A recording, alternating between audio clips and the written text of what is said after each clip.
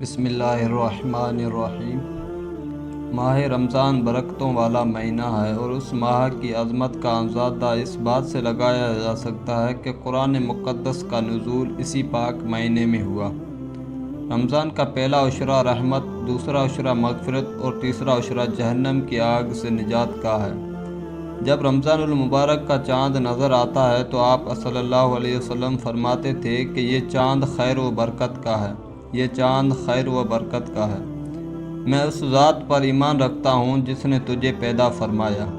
حضرت جبرائیل علیہ السلام نے دعا کی کہ ہلاک ہو جائے وہ شخص جس کو رمضان کا مہینہ ملے اور وہ اپنی بخشش نہ کروا سکے، جس پر حضرت محمد مصطفیٰ صلی اللہ علیہ وسلم نے ارشاد فرمایا، آمین۔ حضرت جبرائیل علیہ السلام کی یہ دعا اور اس پر حضرت محمد صلی اللہ علیہ وسلم کا آمین کہنا، اس دعا سے ہمیں رمضان کی اہمیت کو سمجھ لینا چاہیے۔ روزہ وہ عظیم فریضہ ہے جس کو رب ذوالجلال نے اپنے طرف منسوخ فرمایا ہے، اور قیامت کے دن رب تعالیٰ اس کا بدلہ اور اجر بغیر کسی واسطہ کے بذات خود روزہ دار کو عنایت فرمائے گا۔ خداوند کریم نے اپنے بندوں کے لیے عبادات کے جتنے بھی طریقے بتائے ہیں ان میں کوئی نہ کوئی حکمت ضرور پوشیدہ ہے۔ نماز خدا کے وصال کا ذریعہ ہے، اس میں بندہ اپنے معبود حقیقی سے گفتگو کرتا ہے۔ بعینی ہی روزہ بھی خدا تعالیٰ سے لو لگانے کا ایک ذریعہ ہے۔ حدیث مبارک میں ہے کہ رمضان شہر اللہ، رمضان اللہ تعالیٰ کا مہینہ ہے، جس سے پتہ چلتا ہے کہ اس مبارک مہینے سے رب ذوالجلال کا خصوصی تعلق ہے، جس کی وجہ سے یہ مبارک مہینہ دوسرے مہینوں سے ممتاز اور جدا ہے۔ حضرت جابر بن عبداللہ رضی اللہ تعالیٰ عنہ سے روایت ہے کہ حضور کا فرمان ہے کہ میری امت کو ماہ رمضان میں 5 چیزیں ایسی عطا کی گئی ہیں جو مجھ سے پہلے کسی نبی علیہ السلام کو نہ ملی۔ پہلی یہ کہ جب رمضان المبارک کی پہلی رات ہوتی ہے تو اللہ تعالیٰ ان کی طرف رحمت کی نظر فرماتا ہے، اور جس کی طرف اللہ تعالیٰ نظر رحمت فرمائے اسے کبھی بھی عذاب نہ دے گا۔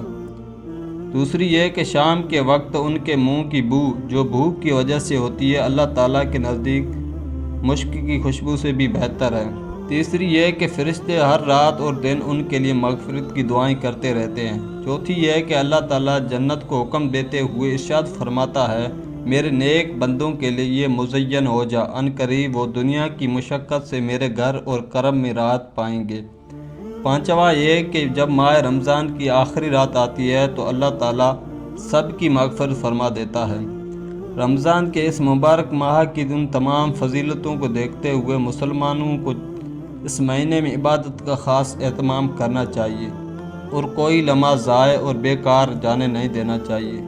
اس ماہ مبارک میں اسے انداز میں عبادت کو فرض کے طور پر متعین فرما دیا گیا ہے کہ انسان اس عبادت کے ساتھ اپنے تمام ضروریات و حوائج میں بھی مصروف رہ سکتا ہے اور عین اسی خاص طریقہ عبادت میں بھی مشغول ہو سکتا ہے۔ اسی خاص طریقہ کی عبادت کو روزہ کہا جاتا ہے، جسے اس ماہ میں فرض فرما دیا گیا ہے۔ روزہ ایک عجیب عبادت ہے کہ انسان روزہ رکھ کر اپنے ہر کام کو انجام دے سکتا ہے۔ روزہ رکھ کر صنعت و حرفت، تجارت و زیارت، ہر کام بخوبی احسن کر سکتا ہے، اور پھر بڑی بات یہ ہے کہ ان کاموں میں مشغول ہونے کے وقت بھی روزے کی عبادت روزہ دار سے بے تکلف خود بخود صادر ہوتی رہتی ہے، اور اس کو عبادت میں مشغولی کا ثواب ملتا رہتا ہے۔